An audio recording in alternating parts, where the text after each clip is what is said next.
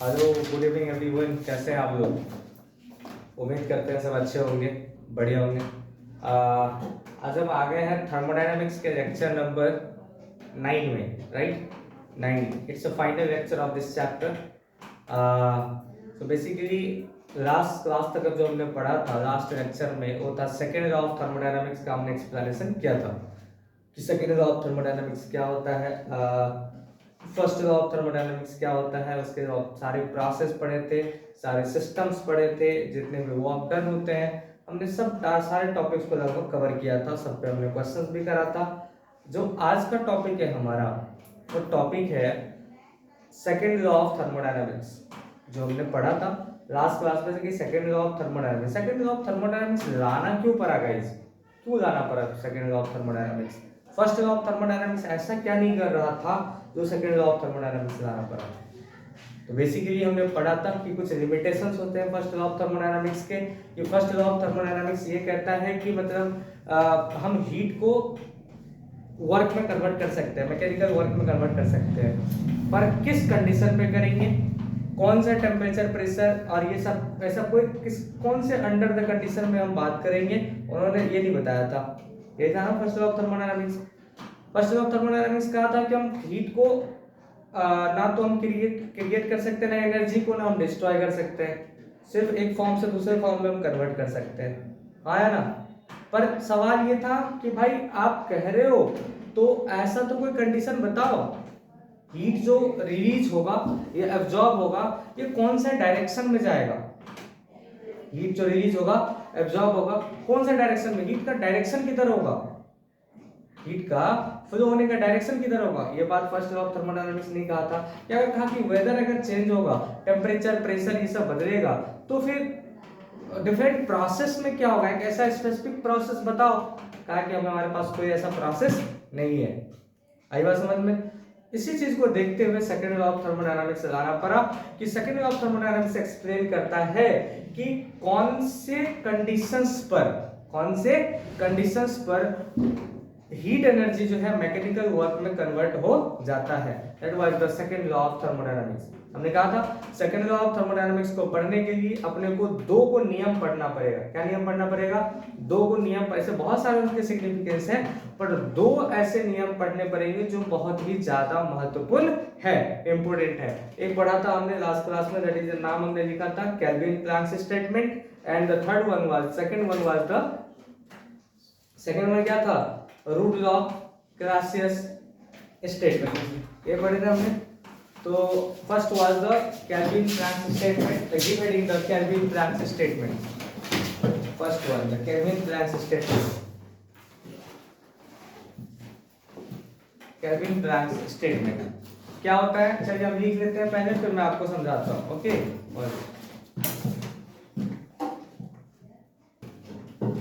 Guys, so basically Kelvin Planck statement क्या कहता है?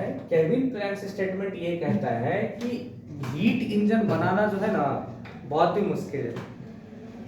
हीट इंजन बनाना बहुत ही मुश्किल है। पढ़े थे ना हीट इंजन क्या होता है लास्ट क्लास में? हीट इंजन पढ़े थे कि जहां से हायर टेम्परेचर पे हीट होता है, वहां से हीट लेकर के क्या करना है, जो वर्क में कन्वर्ट हो जाता है, और जो बचा हुआ हीट है वो लोअर टेम्परेचर पे नीचे रिजर्वायर में चला जाता है ना जी? उसी को हम लोग क्या कहते हैं? हीट इंजन कहते हैं। तो हीट इंजन बनाना, ये तो हीट इंजन मतलब क्या? एक ऐसा इंजन जो हीट को कन्वर्ट कर दे, हीट को कन्वर्ट कर दे वर्क में इजीली। हीट को किस में कन्वर्ट कर दे? वर्क में इजीली कन्वर्ट कर दे। तो ऐसा इंजन बनाना अपने को जो हीट को वर्क में इजीली कन्वर्ट कर दे। उसके लिए प्लैंक्स ने स्टेटमेंट दिया था केल्विन ने मिलकर के कि it is impossible to construct heat engine. Heat engine बनाना बहुत ही मुश्किल काम है। देयर इम्पॉसिबल है, असंभव है। देयर एग्जिस्ट नो साइकिल, वहां पे ऐसा कोई साइकिल एग्जिस्ट नहीं करता है। हीट इंजन पढ़े थे ना?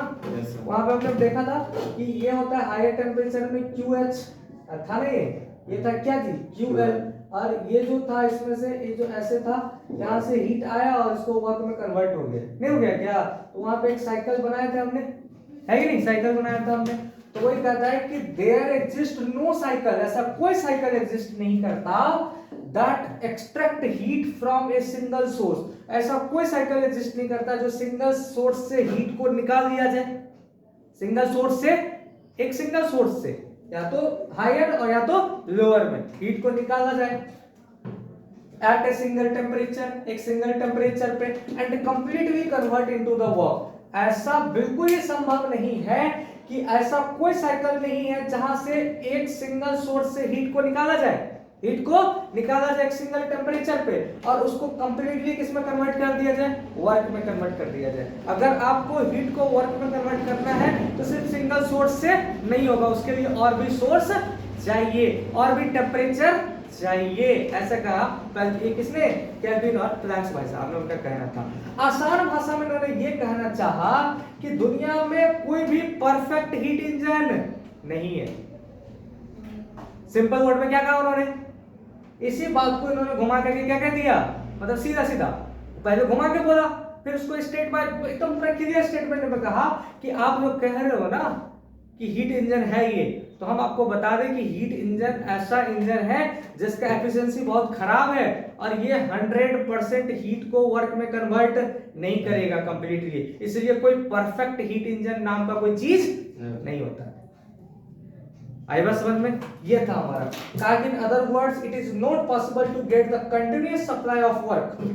लगातार आप कंटिन्यूअस हीट वर्क सप्लाई नहीं कर सकते from a body by cooling it to temperature lower than the surrounding. अगर मतलब कोई भी हीट इंजन को आप जो है लगातार जो है कंटिन्यू वर्क में कन्वर्ट नहीं कर सकते, उसको क्या करना पड़ेगा, ठंडा करना पड़ेगा उसके एक स्पेसिफिक टेम्परेचर से। जैसे फ्रिज है, फ्रिज को क्या हम 24 घंटा चलाते रहेंगे, नहीं। फ्रिज, अच्छा फ्रिज को आप 24 घंटा मतलब कोई भी फ्रिज ऐसा है 100%, उसको आपको कुछ ना कुछ देर के लिए उसको बंद करना पड़ेगा उसके टेम्परेचर के अकॉर्डिंग, सराउंडिंग के टेम्परेचर के अकॉर्डिंग, क्योंकि वो कंटिन्यूअस वर्क में कन्वर्ट, हीट को वर्क में कन्वर्ट नहीं करेगा। आई बात समझ में। तो ये कहा उन्होंने, किन्होंने जी, क्या केल्विन और प्लैंक्स स्टेटमेंट यही कहता है कि दुनिया में कोई भी परफेक्ट हीट इंजन नाम का चीज नहीं होता है, परफेक्ट हीट इंजन नाम का कोई चीज नहीं होता है, परफेक्ट कोई हीट को 100% वर्क में कन्वर्ट नहीं करता है। यही first law, second law of thermodynamics में पहला स्टेटमेंट था, केल्विन प्लैंक्स स्टेटमेंट, जिसका आप ले लीजिए स्क्रीनशॉट और जिन्होंने नहीं लिखा है इसको पूरा पूरा लिख दीजिए। ओके, फिर हम नेक्स्ट स्टेटमेंट में आते हैं रुडलॉफ में। किस पे जी, रुडलॉफ में आते हैं, इसको पहले आप छाप दीजिए, ठीक है। और ले लीजिए स्क्रीनशॉट, लिखिए गाइस। हाँ गाइस, नेक्स्ट है रुडलॉफ क्लासियस स्टेटमेंट। क्या कहता है रुडलॉफ क्लासियस स्टेटमेंट? कहता है कि सेकंड लॉ ऑफ थर्मोडायनामिक्स में ये एक्सप्लेन करता है कि कभी भी हीट जो है लोअर टेम्परेचर से हायर टेम्परेचर में फ्लो नहीं करेगा। जनरली यही होता है ना, हीट कहाँ से कहाँ था, हाई टेम्परेचर से लो टेम्परेचर में फ्लो करता है, पर लो टेम्परेचर से हाई में नहीं जाता है। It's a kind of the non spontaneous process. क्या है ये? Non spontaneous process. What do you mean by non spontaneous process? खुद नहीं करता, जो खुद नहीं करता, खुद से प्रोसीड नहीं करेगा, उसके लिए क्या करना पड़ेगा आपको, कोई ना कोई एक्सटर्नल फोर्स देना पड़ेगा, है या नहीं है? तो सेकंड लॉ ऑफ थर्मोडायनामिक्स क्या कहता है कि नॉन स्पॉन्टेनियस प्रोसेस होता है जो हीट लो टेम्परेचर से हाई टेम्परेचर पे नहीं जाता है। अगर आपको भेजना है तो कुछ ना कुछ एक्सटर्नल वर्क करना पड़ेगा उस सिस्टम पर, है ना, एक्सटर्नल वर्क करना पड़ेगा तभी जो है हीट जाएगा। जैसे फॉर एग्जांपल, अगर पानी नीचे से ऊपर भेजना है, कैसे भेजेंगे? ऊपर से नीचे भेजना है पानी तो डायरेक्ट छोड़ देंगे, नल खोल देंगे, नीचे गिर जाएगा। पर नीचे से ऊपर भेजेंगे, कैसे जाएगा? संभव है? नहीं। आपको एक्सटर्नल फोर्स देकर के पानी को ऊपर लेके जाना पड़ेगा, है या नहीं है? पंपिंग सेट लगाना पड़ेगा, है कि नहीं? हाई प्रेशर रिजर्वायर लगाना पड़ेगा, तभी जाके पानी ऊपर जाएगा। जाएगा कि नहीं जाएगा? तो यही कहता है। दूसरा एक स्टेटमेंट था इसका कि आप क्या कहता है रुडलॉफ क्लासियस स्टेटमेंट, ये कहता है कि दुनिया में कोई भी परफेक्ट रेफ्रिजरेटर नहीं है। फ्रिज, रेफ्रिजरेटर पढ़े थे ना हम लोग, साइकिल, हीट इंजन, कोई भी परफेक्ट रेफ्रिजरेटर नहीं होता, कुछ ना कुछ हीट का लॉस हो ही जाता है उसमें। आई बात समझ में? हीट का लॉस हो ही जाता है किसी न किसी फॉर्म में। 100% हीट को वर्क में कन्वर्ट नहीं करता है, यानी कि लो टेम्परेचर से हाई टेम्परेचर में नहीं जाता। समझ रहे हो इस बात को, परफेक्ट नहीं होता। फिर भी 100% जो कहिएगा कि लो टेम्परेचर से हाई टेम्परेचर में हीट चला जाएगा, कभी जाएगा क्या? नहीं जाएगा। तो इसलिए कहा कि ऐसा कोई परफेक्ट रेफ्रिजरेटर नहीं होता है। रूल ऑफ क्लासेस स्टेटमेंट ऐसा था, समझ गए बात को? ये ऐसा स्टेटमेंट दिया था इन्होंने, कोई दिक्कत नहीं थी। पहले छाप दीजिए इसको गाइस, ठीक है। अब हम नेक्स्ट स्टेटमेंट में जाते हैं।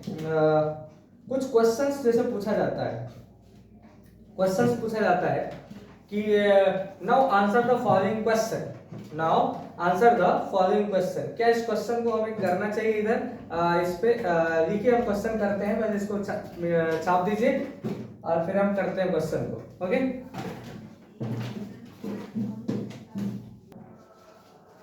हेलो गाइस, कुछ 3 इंपॉर्टेंट क्वेश्चन है।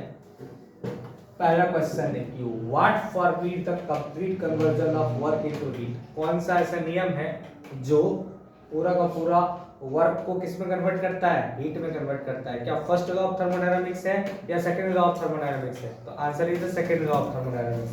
क्या आंसर होगा इसका?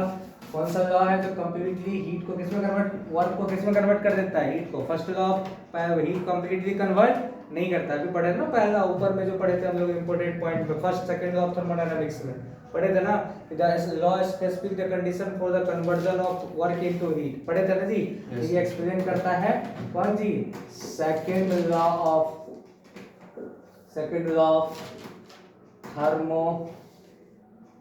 थर्मोडायनामिक्स। इसका क्या आंसर है? Second law of thermodynamics. कोई दिक्कत नहीं होनी चाहिए। दूसरा क्वेश्चन है, can mechanical work be completely converted into heat. क्या कह रहा है कि क्या मैकेनिकल वर्क जो है कंप्लीटली कन्वर्ट हो सकता है हीट में? तो सेकंड लॉ ऑफ थर्मोडायनामिक्स कहता है ना complete conversion of work into heat होता है कंप्लीटली। हां, तो ऐसा कंप्लीट कन्वर्जन ऐसा पॉसिबल नहीं है। कंप्लीट कन्वर्जन हीट का नहीं होता है। इसका आंसर होगा mechanical work can be completely converted into heat but the heat extracted from some body can not be completed converted into useful work, है ना। इसका आंसर क्या होगा? देखो जी, मैकेनिकल वर्क जो है, क्या जी, मैकेनिकल वर्क जो है कंप्लीटली कन्वर्ट हो जाएगा, पढ़ेगा ना भाई। सेकंड लॉ ऑफ थर्मोडायनामिक्स क्या कहता है कि मैकेनिकल वर्क हीट में कन्वर्ट हो जाएगा, लेकिन हीट कंप्लीटली वर्क में कन्वर्ट नहीं होगा। तो can mechanical work be converted into heat, लिखिए जी। तो स्टेटमेंट है the mechanical work can be converted, the mechanical work, answer होगा इसका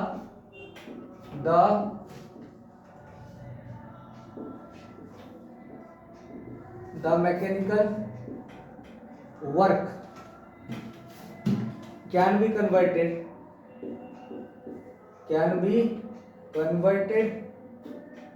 into heat। Mechanical work convert हो सकता है, हीट वर्क में कन्वर्ट नहीं होगा। can be converted into heat but heat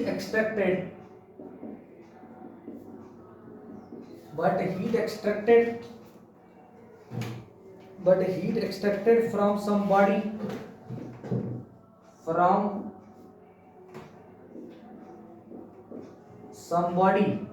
कुछ बॉडी से निकाला गया हीट जो है can not B completely converted into useful work, can not be completely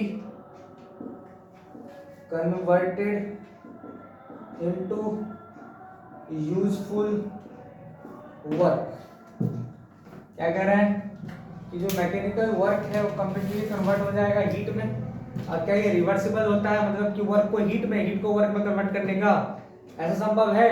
तो आंसर है उसका कि मैकेनिकल वर्क को, सेकंड लॉ ऑफ थर्मोडायनामिक्स यही कहता है, सेकंड लॉ ऑफ थर्मोडायनामिक्स यही कहता है कि मैकेनिकल वर्क को हम हीट में कन्वर्ट कर सकते हैं, पर हीट को कंप्लीटली वर्क में कन्वर्ट नहीं कर सकते हैं। तो रिवर्सिबल प्रोसेस नहीं है ये, समझे बात को? ये हो गया। तीसरा क्वेश्चन क्या है? Heat can not be itself flow from a body at lower temperature. हम जानते हैं कि हीट को हम कोई बॉडी को लोअर टेम्परेचर से हायर टेम्परेचर पे नहीं भेज सकते।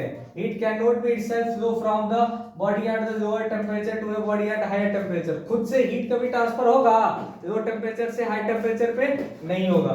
दैट स्टेटमेंट, कौन सा स्टेटमेंट कहता है ये? Second law of thermodynamics, conservation of momentum, conservation of mass, first law of thermodynamics. कौन सा है ये? सेकंड लॉ ऑफ थर्मोडायनामिक्स ये बताता है। सारा अच्छा क्वेश्चन, ऐसे क्वेश्चंस पूछे जाते हैं ऑब्जेक्टिव में और ये बोर्ड में। कहां पे जी? बोर्ड में ऐसे क्वेश्चंस पूछे जाते हैं। ओके, छाप दीजिए इसको जल्दी से। अब जो नेक्स्ट टॉपिक है हमारा वो है एंट्रोपी। इसको पहले छाप दीजिए आप गाइस।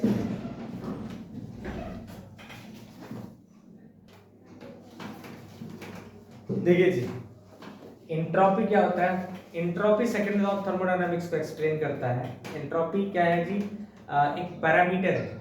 एंट्रोपी क्या है? एक पैरामीटर है जो किसी भी सब्सटेंस का क्या करता है? ये ऑर्डर समझते हो? Test, O R D R वाला ऑर्डर नहीं, order, O U D E R, order means क्या होता है? टेस्ट।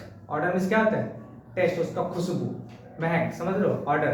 ऑर्डर और रैंडमनेस को मेजर करता है। रैंडमनेस को मेजर करता है, क्या इसका खुशबू क्या है, क्या वो कितने कौन से फॉर्म में, सॉलिड में, लिक्विड में, या फिर वो गैसियस फॉर्म में है, वो एंट्रोपी मेजर करता है। जैसे अंडा के बारे में बताओ, अंडा क्या है? सॉलिड है या लिक्विड है? एग सॉलिड है, लिक्विड है? अच्छा, एग कहते हैं किसको है? ये जो एग होता है व्हाइट कलर का, ये एग है, या वो उसके कवर के अंदर में रहता है वो एग है? कवर के अंदर में एग है, वो पूरा एग है? क्वेश्चन समझ में आया मैं क्या पूछ रहा हूँ? ये जो एग है, एग अंडा, क्वेश्चन है एग इज सॉलिड और लिक्विड? सॉलिड, एग सॉलिड है? ऊपर से सॉलिड लगता है, अंदर में लिक्विड है। ऊपर से सॉलिड है, अंदर में लिक्विड है, तो है क्या? सॉलिड है या लिक्विड है? क्वेश्चन समझ में आया मैंने क्या पूछा है? एग इज सॉलिड और लिक्विड? तो ये कहा कि एग ऊपर से है। भैया तो अंडा किसको कहते हैं? कवर को, पूरा सबको अंडा कहते हैं। अगर ऊपर से वो जो है उसका खोखला निकाल दो, कवर, वो जो है बच गया वो लिक्विड, उसको क्या कहेंगे? अंडा नहीं कहेंगे उसको? वो अंडा है नहीं है? वही तो मेन है। तो वही मेन है, अंडा कौन है? तो वो तो लिक्विड फॉर्म में है। अंडा तो लिक्विड हो गया। ऊपर वाला क्या है? कवर है ऊपर वाला, तो अंडा लिक्विड है। अगर उसको बॉईल कर दो तो अब सॉलिड हो जाएगा। सॉलिड हो जाएगा। तो फिर अंडा क्या है? सॉलिड या लिक्विड है? फंस गए? अरे हाँ, अब एक बार बताओ, अंडा जो है बिफोर बॉइलिंग अंडे में कुछ स्मेल होता है? Yes sir. महकता है वो। और जैसे उसको बॉईल कर दो तो ये ऑर्डरनेस हो जाता है, मतलब कि उसका टेस्ट नहीं होता कुछ। खाए हो आप अंडा? खाए होंगे। बॉयल अंडा खाया तो कोई टेस्ट पता चलता है? टेस्ट रहता है उसमें? कुछ टेस्ट है कुछ उसका? मतलब कुछ उसमें कुछ खुशबू आती है क्या? वो महकता है। पर यही कच्चा अंडा स्मेल करता है। तो यही एंट्रोपी मेजर करता है किसी भी सब्सटेंस का ऑर्डर, क्या महकता कितना है। अगरबत्ती जला रहे हैं अपन, कोई अगरबत्ती कोई स्मेल दे ही नहीं रहा है, कोई स्मेल दे रहा है, तो ये ऑर्डर है, उसका ज्यादा ऑर्डर। ऑर्डर मतलब महक, ऑर्डर मतलब महक, कौन कितना महकता है, तो वो मेजर करता है कि कितने ज्यादा महक है। कोई अगरबत्ती ज्यादा खुशबू दे रही है, इसका मतलब उसका एंट्रोपी ज्यादा है। अरे है, कोई अंडा ज्यादा महक रहा है, कोई सब्सटेंस ज्यादा महक रहा है, तो दूर से खाना बनना बढ़िया खुशबू आ रही है, एंट्रोपी ज्यादा है उसका। समझ में आ रही बात? तो कोई एक स्पेसिफिक टेम्परेचर पे, पर्टिकुलर टेम्परेचर के पे सब्सटेंस का अगर हीट चेंज होने से, सब्सटेंस का अगर हीट चेंज हो जाता है, उसी को हम लोग क्या कहते हैं? एंट्रोपी कहते हैं। तो entropy measure the orderness and randomness, order and randomness of a substance. Order मतलब समझ में आ गया, महक, खुशबू। रैंडमनेस कि उसका वो कौन से फॉर्म में, सॉलिड में है, लिक्विड में है, या गैसियस स्टेट में है, उसको मेजर करता है। तो एग क्या है? सॉलिड है या लिक्विड है? तो एग जो है, एग बिफोर बॉइलिंग एक लिक्विड फॉर्म में है, और egg after boiling and egg जो है वो क्या है जी? सॉलिड फॉर्म में होता है। नहीं समझे? तो बिफोर बॉइलिंग एग कहां पे है? वो लिक्विड फॉर्म में। और आफ्टर बॉइलिंग एग क्या है, सॉलिड फॉर्म में होता है। तो वही ऑर्डर और रेंडमनेस को मेजर करता है। क्वेश्चन समझ में आ गया? किसे पूछ सकते हैं बताओ, अंडा सॉलिड है या लिक्विड है? तो क्या होगा, अगर वो बोल रहा है कि सॉलिड है या लिक्विड है तो उनको समझा दो कि भाई किसको अंडा कह रहे हो तुम। अगर अंडा को ऊपर वाला पार्ट को हटा दिया